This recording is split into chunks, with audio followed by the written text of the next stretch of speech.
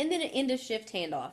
So it's 10 o'clock, and somebody else is coming on shift at 10:01.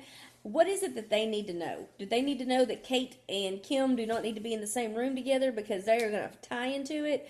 Or do they need to know that Kate's been running 101 fever and she's been taking Tylenol every 4 hours, and Miranda is aware, but they need to make sure they keep her on that regimen?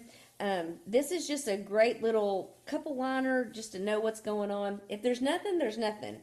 You would just put a line through it. Actually, I do not recommend that. I actually recommend putting something there that says Kate had a great day, or Kate's day was within normal limits, and we'll continue to monitor. And then any follow up that's needed. So again, maybe it's something that I need to remind myself to bring the Monopoly game tomorrow night, or I need to remind myself that we're going to put up the Christmas tree in a couple days, whatever the case may be. Any follow up that's needed. Also, hey, her stomach is hurting, she's running a fever, and she's having to take medicine every 4 hours. The follow up that's needed is making sure that she gets in to see the nurse practitioner tomorrow if she's still doing that, or making sure that we're continuing to take her temperature throughout the night so that that fever never spikes out of control. And then you will sign it and you will upload it to SoberPeer, the same thing that you would do with that soap note.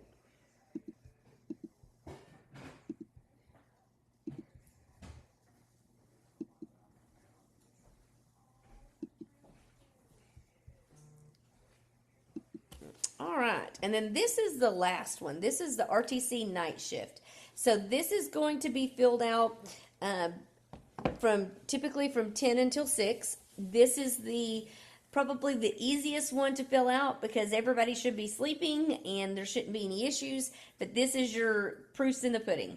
So this is where you're going to identify, obviously, their information, and then you're going to say how often you're checking on them. Are you checking on them on 15-minute increments because they're on some kind of a self-harm watch?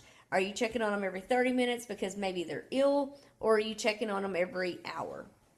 And then there is the one-to-one where, like, dude is super sick and I'm staying with them and we're just doing a one-on-one. We shouldn't have any of those unless we have called an ambulance. If we've called the ambulance, then you want to make sure you articulate that. So up here, if they have the same throughout the whole night, then you would just articulate whichever one it is. But if you ever have to deviate, so we were on a 60-minute and then she threatened to hurt herself and we went to a one-to-one, then you're going to come down here and notate what hour it was. So you'll see, this is 10 o'clock, 11 o'clock, 12 o'clock. Maybe this was 11:59, and then this was 12 or 1:23. You mark what time you do it, and make sure there's no way that I've seen this before. I start my rounds at 10, and I started looking at somebody's note, and they put that they saw every patient at 10 o'clock. Well, there is absolutely no way that you can check on every patient at 10 o'clock unless you have 2-3 patients in the same room. So make sure that whenever you're going from room to room that you're looking at your clock, your watch, your phone, whatever, and not changing, but putting the appropriate time down. Because if you were ever to be sued, they're going to say, how did you see all 10 of these people at 10 o'clock on the dot? It didn't happen. So make sure you're articulating that. Was the client present? So I went into the room and Kate wasn't there. Well, then you would put no. And out here you're going to put, when I found her, she was in the restroom. Perfect example. Got it. This is where, but normally that should be yes. Make sure you're not drawing a straight line down, because if you do that, then they're going to know that you didn't fill this out as you went, and it's not going to be good.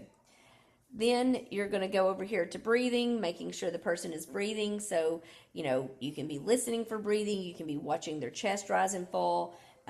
You can see them, I guess that's the two. You're either listening to them snore or you're seeing their chest rise and fall to know that they're breathing. The position is safe, so they're on their side, they're on their back, they're on their belly, but this is making sure they're not like hanging off the bed. This is making sure that they don't have their head like between the wall and the mattress or something like that. And then any notes that you need to make. I like to, especially if somebody's sleeping through the night, I like to put over here client is snoring, and we'll continue to monitor. I like to just put that through here so that I can just keep coming back to it. And then this is where you would do your observation at the end of the night. Again, it's going to take you just a few minutes. Most of the people are going to be slept, nothing, no significant occurrences.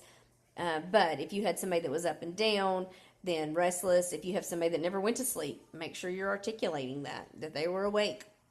Behavioral concerns, whether they were restless, emotional distress, nightmares. If you're hearing somebody cry out, that's nightmares, night terrors. Make sure to talk about that. Emotional distress, they're crying more at night. They are more anxious, more fidgety. Maybe they're refusing to sleep by the window and they want to sleep on the other side of the room, whatever, making sure you articulate those things. Agitation, maybe it's extremely important to notate like what time that is, because if it's 30 minutes after a medication, Miranda's going to want to know that. Or if it is 5 minutes before they have to take a shower, the counselor's going to want to know that, like what's going on with that. So make sure to identify those behavioral concerns. Medication safety, did they have any meds even? Most of the time this is going to be no, unless it's first thing in the morning, and then you would articulate that. Medical health events, so did anything happen? Any injuries, any blood sugar issues? It's basically the same thing that you did on the other. And spiritual emotional support. It is not appropriate to go pray at 2 o'clock in the morning if you should be sleeping in the prayer chapel. Now, that doesn't mean we can't. It means it doesn't need to be in all the time occurrence. It's kind of like fasting. We can't ask you to fast. If you want to fast, then we all need to be aware of it. So it's the same, a very similar thing. But we don't need to be praying at 2 o'clock in the morning and instead of sleeping, or more likely than not, going in there to sleep or whatever. Incidents, if anything happened, making sure that you articulate that, and then making sure that the staff have a good summary to hand off to so that they know what they're walking into that day. So that's how you fill it out. Again, most of these will take you about 5 minutes a person, maybe 7, if you have somebody that's more complex than not. But that is a quick overview. If you need me to spend more time with it, please let me know, and I'll be glad to do it. Until then, you guys have a great time.